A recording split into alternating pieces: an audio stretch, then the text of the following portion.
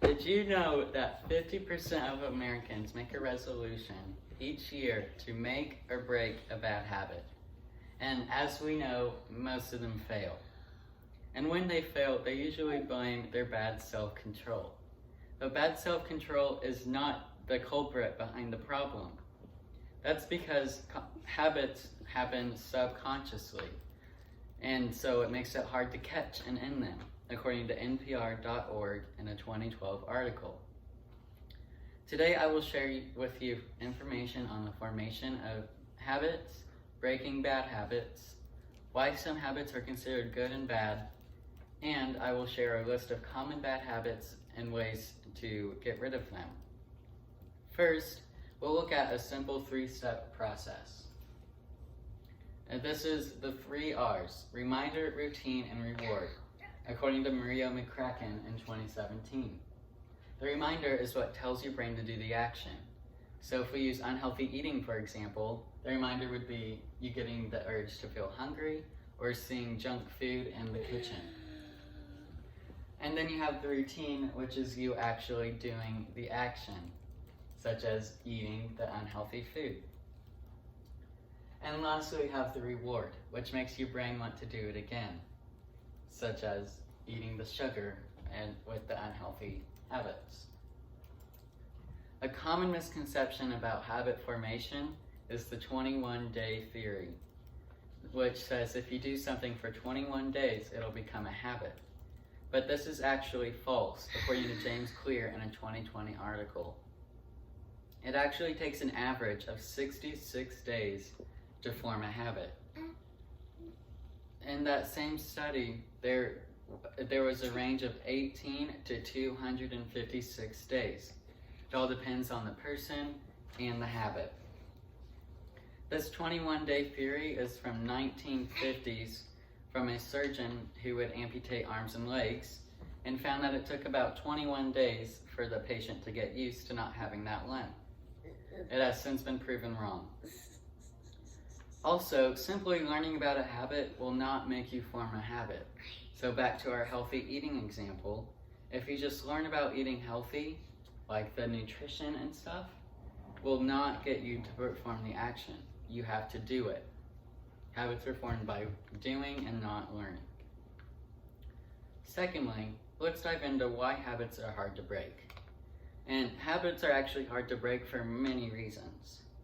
Firstly, they are automatic, which makes them hard to catch and end, according to Adi Yafi in a 2019 article. A good way to stop habits is to journal each time you do the habit. And it doesn't have to be like a diary. Just each time you catch yourself doing the habit, you write down when and where. And then after a couple of days or weeks, you can find a common denominator and cut out that common denominator. And you can make a habit to break a habit.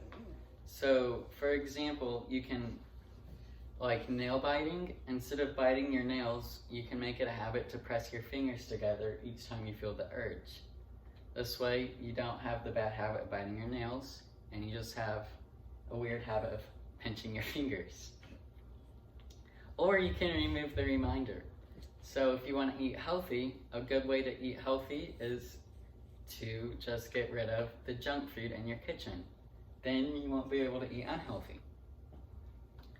Some habits are also put to shame, which makes those habits harder to break. For example, addiction. Sometimes you need help breaking a habit, but if it's put to shame by society, it makes it hard to come forward and ask for help. Also, habits are your daily actions, so that makes it even harder to break. Simple things such as driving or riding are a habit. 40% of your actions are not conscious decisions, but habits. So habits are a big part of your life, and a lot of the time you don't even notice it. This is from theworldcounts.com and an article titled Psychology of Habits.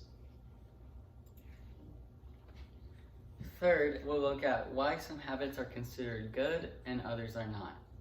It's actually quite simple. Good habits put you into a positive mindset, which equals a healthy self. And bad habits put you in a negative mindset, which equals an unhealthy self. Lastly, I will share some common bad habits and how to break them. As previously mentioned, in order to end a bad habit, you can cut off the reminder, or you can replace the habit with something new and better. I will share both. Nail biting can cause infections and unsightly nails. So that's a bad habit and you don't want it. And you can replace this habit with something else by just doing something else with your hands or something, whatever you want. Or you can get your nails manicured, or you can just have them cut short, or whatever you want. Unhealthy eating can cause you to be overweight, which is bad for your mental or your physical health. So if you get hungry, you can have a healthy snack such as fruit or a granola bar.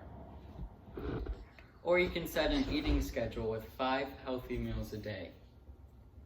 You can have breakfast, a snack, lunch, a snack, and then dinner. This way you don't get hungry throughout the day, so you don't go to the pantry and grab something unhealthy to eat.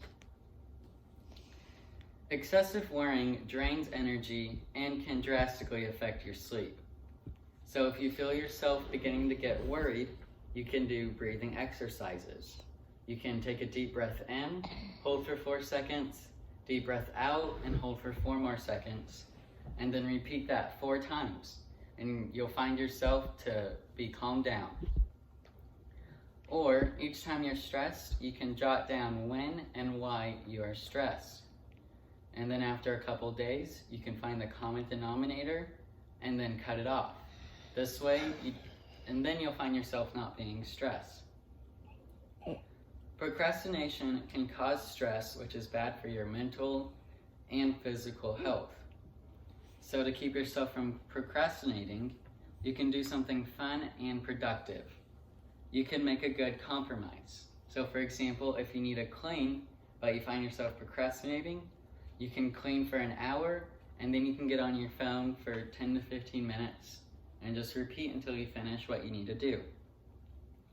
Or when you can make a to-do list, do the big things first.